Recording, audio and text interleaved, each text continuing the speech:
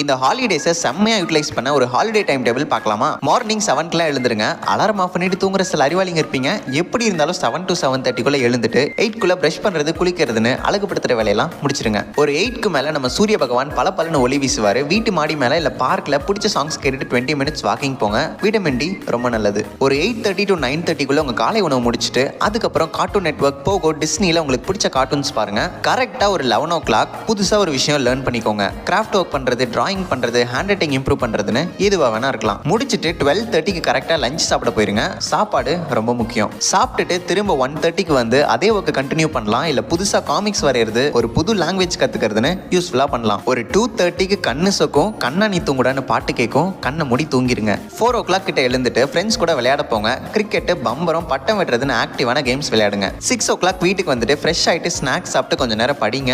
8:30க்கு சாப்பிட்டுட்டு டைரி எழுதுற பழக்கம் இருந்தா ரொம்ப நல்லது. முடிச்சு